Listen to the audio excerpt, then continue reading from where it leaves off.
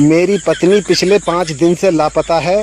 जो कोई भी उसकी खोज खबर मेरे पास लाएगा या उसे खोजने की कोशिश करेगा वो अपनी जान से हाथ धो बैठेगा। कौन है बे? रे पार्टनर, हमार बीबी रोज हमरा खाना बनाने बोलती है, बर्तन धोने बोलती है, गोड़ो दाबने बोलती है। कोनो ऐसा आइडिया बताओ ना जेकरा से ये सब ना बोले। एगो आइडिया है पार्टनर। कौन आइडिया बोले बता। बीबी के बोलने से पहले ही सब काम कर दिया करो।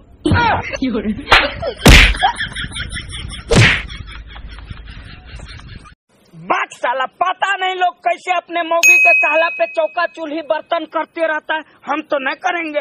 हम भी कभी नहीं करेंगे। अरे भाई, अगर जरूरत से ज्यादा बीबी खूबसूरत मिल जाती है ना तो मर्दों के अंदर बर्तन धोने की कला ऑटोमेटिक आ जाता है। समझा कि नहीं?